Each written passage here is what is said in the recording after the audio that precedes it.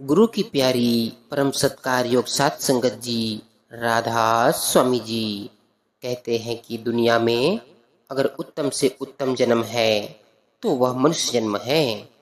इस 84 लाख किस्म की योनियों के जेल खाने से निकलने की राह मनुष्य जन्म है। परंतु अगर हमने यह मनुष्य जन्म ऐसे ही खो दिया तो क्या यह दुर्लभ मनुष्य जन्म हमें बार बार मिल सकता है? सो गुरु प्यारी सात संगत जी, आज का यह सत्संग स्वामी जी महाराज की वाणी से लिया गया है और सत्संग का विषय है कि क्या मनुष्य जन्म लेने वाले हमेशा मनुष्य जन्म में ही आते हैं? मालिक ने हमें मनुष्य जन्म क्यों दिया है? मनुष्य जन्म का क्या महत्व है? तो आइए स्वामी जी महाराज की वाणी से लिया गया आज का यह सत्संग हमें मनुष्य जन्म के विषय में क्या समझाने की कोशिश कर रहे हैं, बड़े प्यार से सुनते हैं आज का यह प्यारा सा सत्संग। सत्संग शुरू करने से पहले आप जी के चरणों में विनती की जाती है कि सत्संग वीडियो को लाइक करके चैनल को सब्सक्राइब जरूर करें जी। तो आइए चलते हैं सत्संग वीडियो की ओर और सुनते हैं कि स्वामी जी महाराज हमें क्या कहते हैं। आप जी कहते हैं कि परमात्मा हमारे अंदर है। इस 84 लाख किस्म की योनियों के जेल खाने से निकलने की राह मनुष्य जन्म है, लेकिन मनुष्य की आंखों के पीछे पर्दा डालकर उसे बाहर निकाला हुआ है। जब तक पर्दा नहीं खुलता वह दौलत किस तरह मिले, परमात्मा किसे मिले, जेल खाने से छुटकारा कैसे हो? छुटकारा उस वक्त होता है जब यह पर्दा खोलकर पिंड से ब्रह्मांड पर चढ़कर अपनी जायदाद को संभाले और देखे कि मेरे अंदर उस अकाल पुरुष ने क्या खजाने रखे हुए हैं। उस परम पिता के साथ प्यार करे, मन इंद्रियों की गुलामी से आजाद हो जाए तो जेल खाने से निकलने की राह मिलती है, तब परमात्मा मिलता है। लेकिन जिस तरह कुम्हार को हीरा मिल गया, उसे उसकी परख नहीं थी, उसने हीरे को गधे के गले में बांध दिया।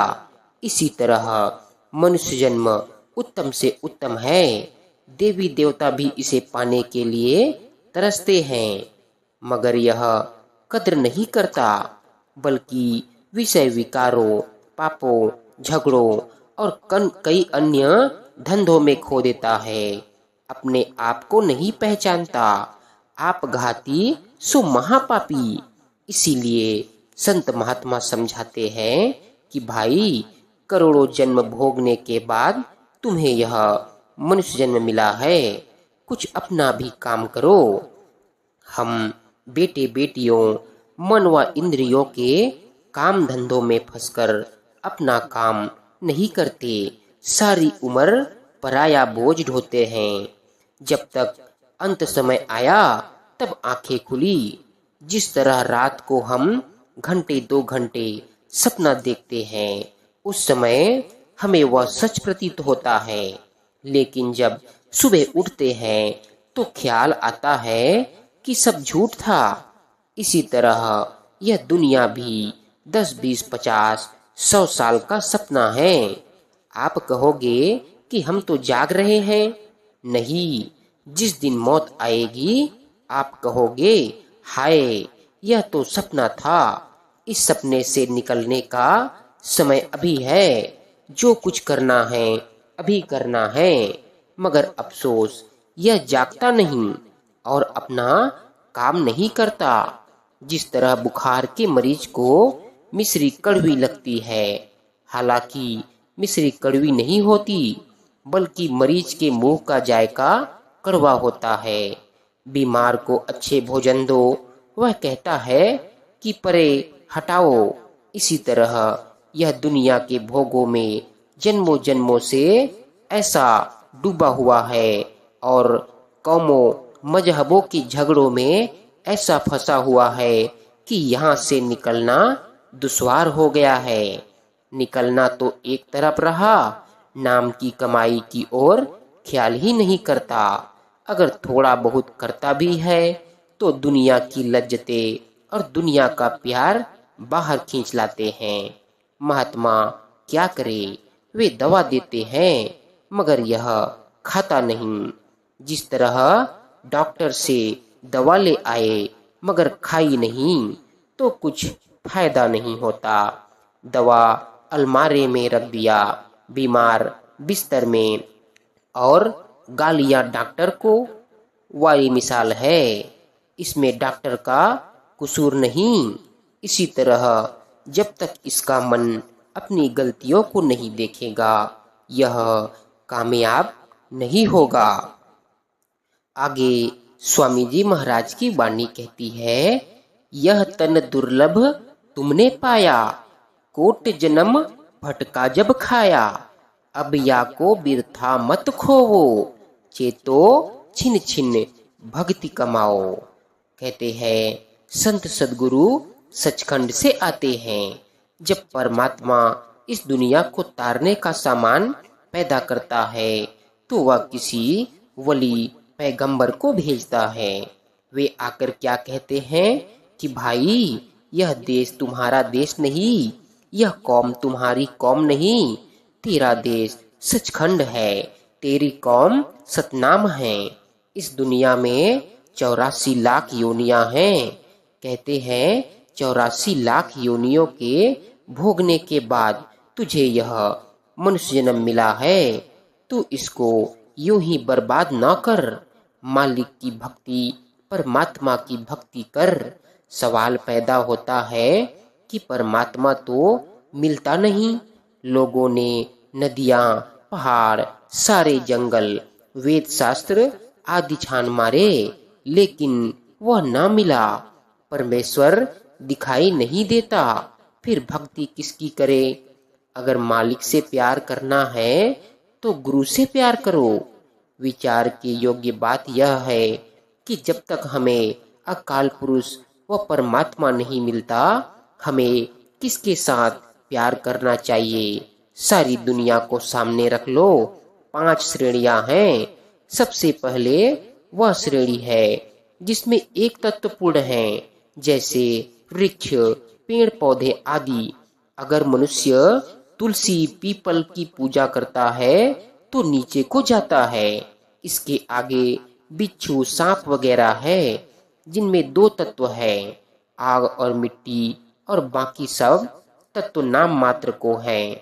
मैंने जंगलों में देखा है जहाँ 20-20 मील तक पानी नहीं मिलता, वहाँ भी सांप, बिच्छू और छिपकली आदि मिलते हैं। अगर मनुष्य होकर इनको कोई पूजता है तो वह नीचे की ओर जाता है। इसके आगे चिड़िया, कौवे आदि हैं जिनमें 3 तत्व आग, हवा और पानी पूर्ण हैं और बाकी 2 गुप्त हैं। इनको पूजने वाला भी नीचे की ओर ही जाता है। इससे आगे की श्रेणी पशु की है, गाय, भैंस, घोड़े वगैरह।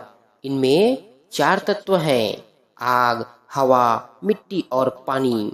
बाकी एक मुर्दा है। जो मनुष्य पशुओं को पूजता है वह पशु होता है। मनुष्य से बढ़कर और कोई योनि नहीं, लेकिन मनुष्य सब एक जैसे हैं। 5 तत्व मेरे, 5 तत्व आपके, 5 तत्व उसके और 5 सभी के। मनुष्य मनुष्य को पूजता नहीं और पूजा करे भी क्यों। यहाँ आकर लोग नास्तिक हो जाते हैं। वे कहते हैं कि लाओ जो तुम्हारा परमात्मा है दिखाओ, वह कहाँ है। लेकिन इसके आगे रास्ता है। किस तरह? कहते हैं जिस तरह एक कमरा है जिसमें एक रेडियो जो बिजली या बैटरी से जुड़ा हुआ है, वह खबरें देता और लेता है। अगर उस कमरे में 10, 20, 50 और रेडियो हो जिनका तार बैटरी से जुड़ा हुआ ना हो तो क्या वे खबरें लेंगे? हरगिज नहीं। इसी प्रकार संतों का तार जुड़ा हुआ है। हम उनके पास क्यों जाते हैं? क्योंकि उनका तार अकाल पुरुष के साथ जुड़ा हुआ है। वे परमात्मा से खबरें लेते और देते हैं। वे हमारा भी तार मालिक से जोड़ सकते हैं। इसीलिए गुरु अर्जुन साहिब कहते हैं, गुरु गुरु गुरु कर मन मोरा, गुरु बिना मैं ना ही होर। जिनकी यह वाणी है, उन्होंने स्वयं गुरु भक्ति का नमूना बनकर दिखा दिया। गुरु से प्यार करके अपना हृदय निर्मल कर लिया।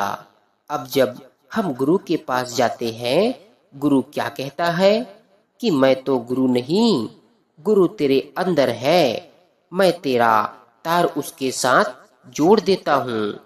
गुरु ग्रंथ साहिब में बहुत जोर दिया गया है कि पूरा गुरु चाहिए।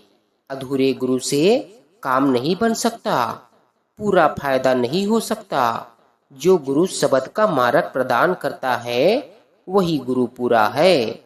नहीं तो अधूरा गुरु से पूरा संसार भरा हुआ है।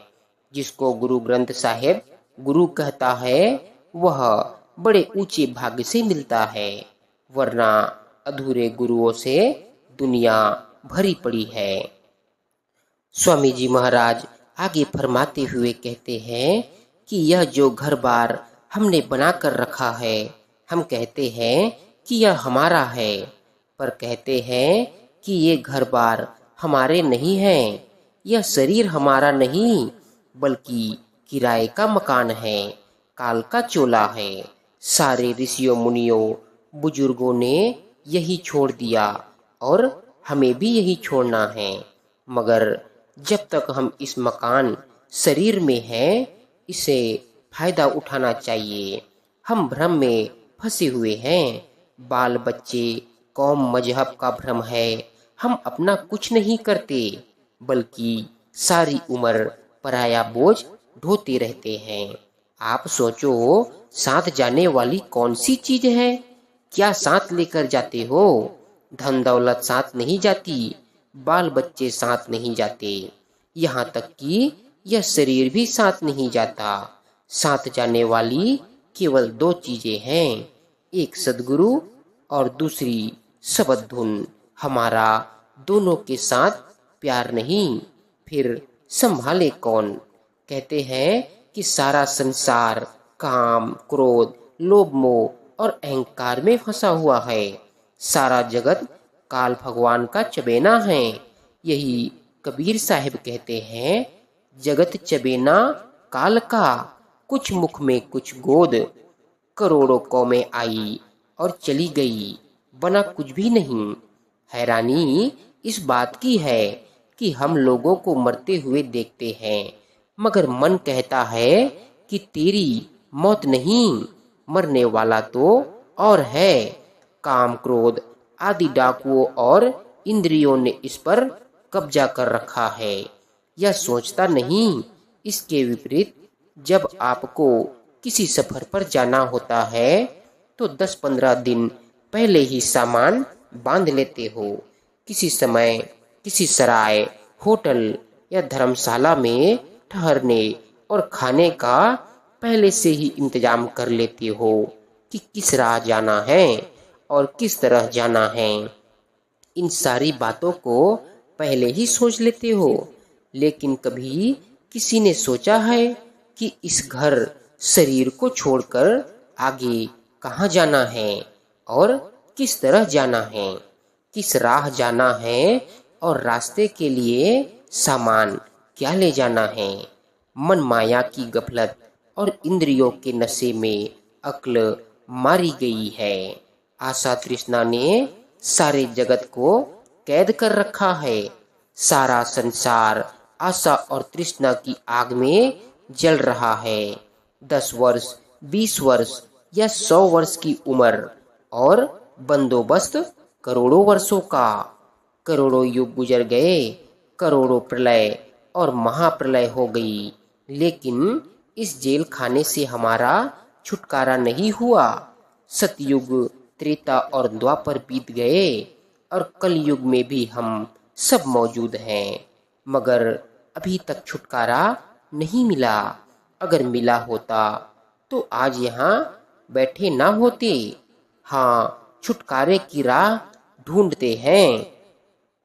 यह करोड़ों जन्मों से, बेशुमार युगों से कीड़े पतंगे, हाथी, मछली, हिरन, पक्षी, सर्प, घोड़े, पेड़ आदि बनता आ रहा है और 84 लाख योनियां भोग रहा है। अब बड़े ऊंचे भाग्य से मनुष्य का जन्म मिला है। इसे चाहिए कि निकलने का कोई उपाय करे और जो खजाना है उसे निकाले। वेद शास्त्र ग्रंथ, पोथियां और अन्य किताबें रब की महिमा करती है, मगर रब किताबों में नहीं बल्कि हमारे अंदर है। किताबों में उसका जिक्र है। विचार करो, निरंकारी राम रहीम आपके साथ है, वरना किताबों से पूछे कि वे कहाँ है तो वे कहती है कि तेरे अंदर है।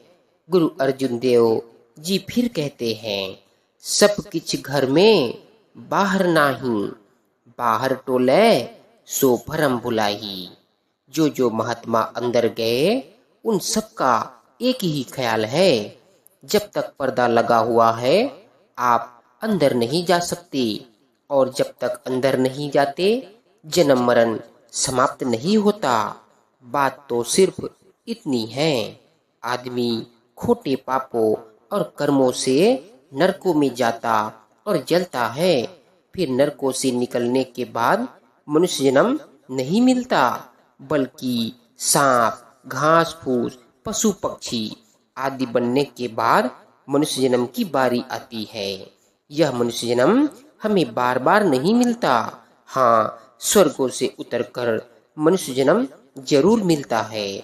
आप 1 मिनट के लिए 84 लाख योनियों का हिसाब लगाकर देखो। हमारे वेद शास्त्र पूर्ण महात्मा कामिल मुर्शिद कहते हैं कि इन 84 लाख योनियों में भटकने की अवधि का ना तो अनुमान भी लगाया नहीं जा सकता। ये तो कई युगों से पूरी होती है। अगर 10-10 वर्ष की औसत का उम्र अनुमान लगाएं तो मनुष्य जन्म की बारी आने में 8 करोड़ 40 लाख वर्ष लगते हैं। हालांकि यह अनुमान भी ठीक नहीं है। किसी किसी योनि की उम्र बहुत ज्यादा है। सांपों की उम्र सैकड़ों साल होती है। जंगलों में अप्सर किसी किसी पेड़ की उम्र 2-2, 300 साल वर्ष की बताते हैं। आदमी की उम्र 50 या 60 साल है। अगर करोड़ों वर्ष दुख उठा उठाकर 50 या 60 साल गंदगी की खान भोगी तो फिर भी करोड़ों वर्ष नरकों में काटने पड़े, क्या कोई मंजूर करता है? यही तो इसी तरह है जैसे किसी को सारा दिन आग में और सिर्फ 1 मिनट के लिए पानी में खड़ा कर दिया जाए, कोई मंजूर नहीं करता, पर हम कर रहे हैं, बल्कि यह हमारे साथ बीत रही है। अब कहते हैं कि जो दुख 84 लाख योनियों में होता है उसका बयान नहीं हो सकता। आप जरा विचार कर देखो, हजारों गायें रोज कत्ल की जाती है। वे चिल्लाती है मगर उनकी पुकार कोई नहीं सुनता। वे किसकी अदालत में दावा करे, सुने कौन? लाखों बकरियां मिमियाती रहती है और उनके गले काट दिए जाते हैं। मुर्गियों की गर्दन मरोड़ दी जाती है। किसी समय ये भी मनुष्य थी। मुमकिन है आप व हमसे भी अच्छी रही हो, सेठ साहूकार या बादशाह रही हो, परंतु कर्मों के चक्र में आकर इस समय मुर्गियां बकरियां बनी हुई है। कौन सा मजिस्ट्रेट उनकी फरियाद सुनता है? कोई नहीं। आधी रात को किसान भूखे प्यासे बेजबान बैलों को हलों में जोत देते हैं। वे थक कर बैठ जाते हैं तो किसान डंडों से मारते हैं। अगर वे फिर भी नहीं उठते तो उन्हें लोहे की आरा चुभाकर उठाते हैं, और कोई कोई बैल तो इतने थक जाते हैं कि आर से भी नहीं उठते। मैंने अपनी आंखों से देखा है कि रस्सी से उनका मुंह बांध देते हैं। जब सांस रुकता है तो उठ जाते हैं। क्या यह सुख है? मैंने पहाड़ों में अपनी आंखों से देखा है कि ऊँटे लाते जाते हैं। चढ़ाई पर सफर है। गोरे सारबान से कहते हैं कि जल्दी करो। सारबान ने एक ऊँट को डंडा मारा। जैसे ही उसका पैर फिसला, कतार की कतार खंड में गिर गई और ऊँट मर गए। इस दुनिया में दुख ही दुख है, परंतु हम विचार नहीं करते, बल्कि कहते हैं कि यह जग मिठा अगला किन तिठा। यह गफलत है, भूल है। अगर हम विचार करें तो बचने का इंतजाम करें। और यहाँ फिर आए ही क्यों? शराब, कबाब और भोगों ने हमारी बुद्धि भ्रष्ट कर दी है। अगर कुछ सुख है तो मनुष्य जन्म में है। अगर मनुष्य जन्म में आप अंदर झांक कर देखो, सुखी कोई नहीं, बल्कि किसी को कर्ज का दुख है तो किसी को बीमारी का, किसी को मुकदमे का दुख है, किसी को बेटी विधवा है, किसी की पुत्र वधू विधवा है, किसी को बाल बच्चों का दुख तो किसी को किसी और का। गुरु नानक देव जी कहते हैं, नानक दुखिया सब संसार, जो नाम जपता है उसी को चैन है। यही सहजोबाई कहती है, धनवंते सभी दुखी, निर्धन है दुख रूप। साध सुखी सहजो कहे, पायो भेद अनूप। जिसके अंतर में नाम प्रकट हो गया वही सुखी है, उसे ही शांति है। सहजोबाई फिर कहती है, ना सुख विद्या के पढ़े, ना सुख वाद विवाद। साध सुखी सहजो कहे, लागे शून्य समाद। अब संत महात्मा कामिल फकीर जो इस जेल खाने से मुक्त हो गए, मालिक से मिल गए, वे हमें इस संसार की अग्नि में जलते हुए देखकर हम पर तरस खाते हैं। उनका दिल दुखी होता है और वे हमारे लिए सचखंड छोड़कर मनुष्य बनकर आते हैं और कहते हैं कि भाई, यह देश तुम्हारा देश नहीं, यह कौम तुम्हारी कौम नहीं। तुम्हारा देश सचखंड मुकामे हक और तुम्हारी कौम सतनाम है। वहाँ ना जन्म है, न मृत्यु है, न दुख है, न सुख। यह उस सतनाम के समुद्र की बूंद है। इसीलिए न घर छोड़ने की जरूरत है, न कौम या मजहब छोड़ने की जरूरत है। अगर कौम छोड़ने से सच्चा घर मिल जाए तो हम तैयार हैं। कहते हैं, संतों की शिक्षा आसान से आसान है, कुदरती है, युगों युगों से है।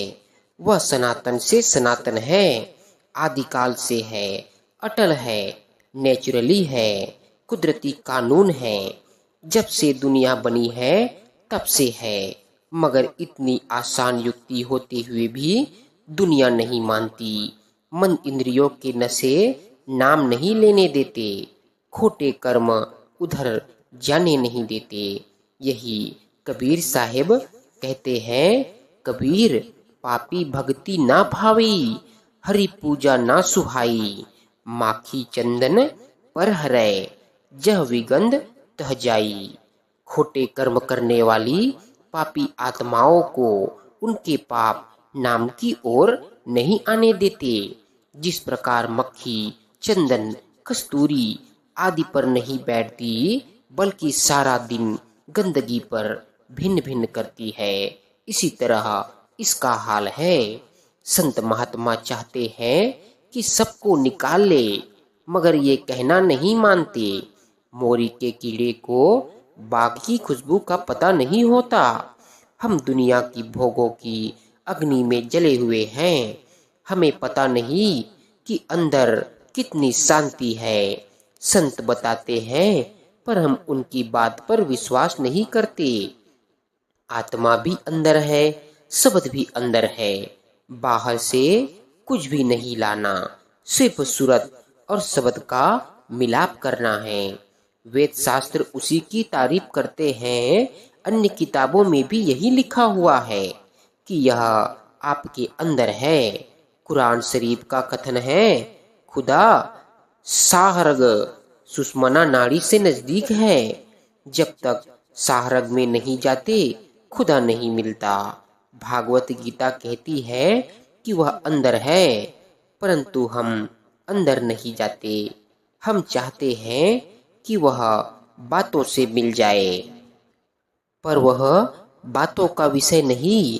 सभी ऋषियों, मुनियों, फकीरों का एक ही ख्याल है कि जब तक पूरा गुरु राह ना बताए और यह कमाई ना करे, अंदर पर्दा नहीं खुलता, जन्म मरण समाप्त नहीं होता।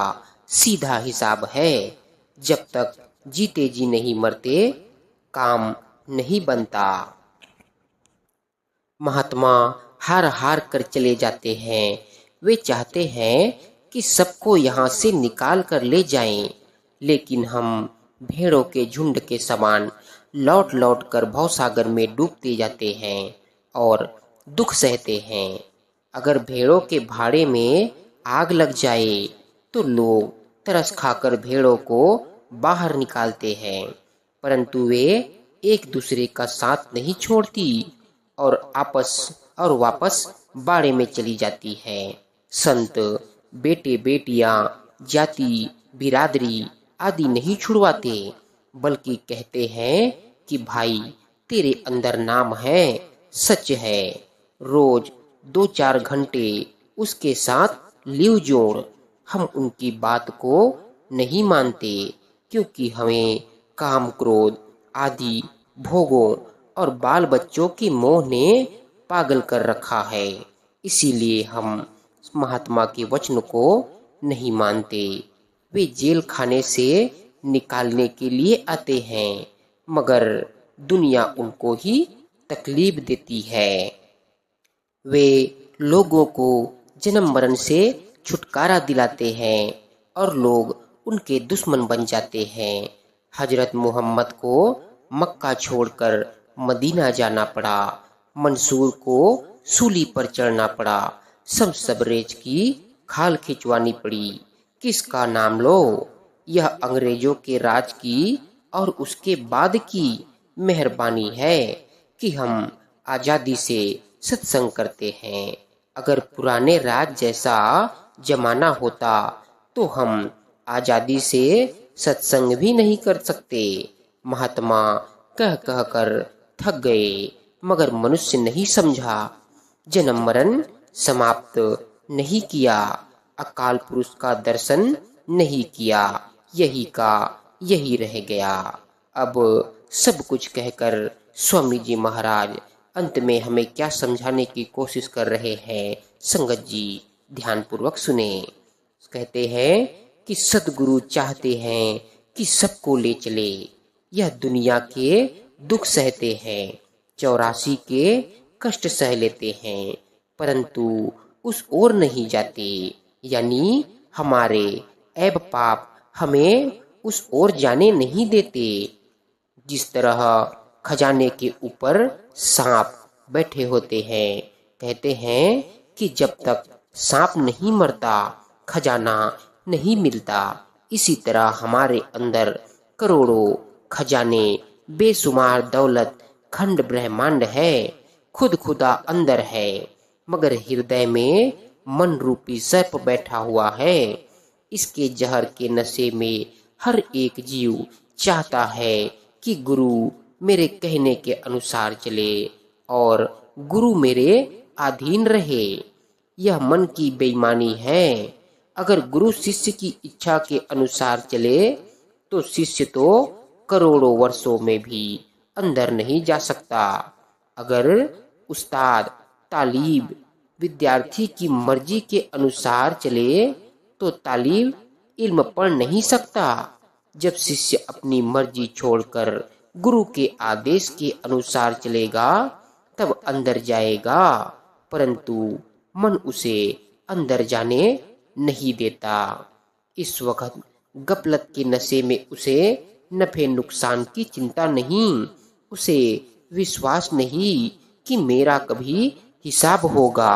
हालांकि सब धर्म पुस्तकें यही कहती है। गुरु नानक देव जी फरमाते हैं कि एक एक ग्रास का लेखा देना पड़ेगा, परंतु यह कहता है कि यह जग मिठा, अगला किन टिठा, अंधा हो रहा है।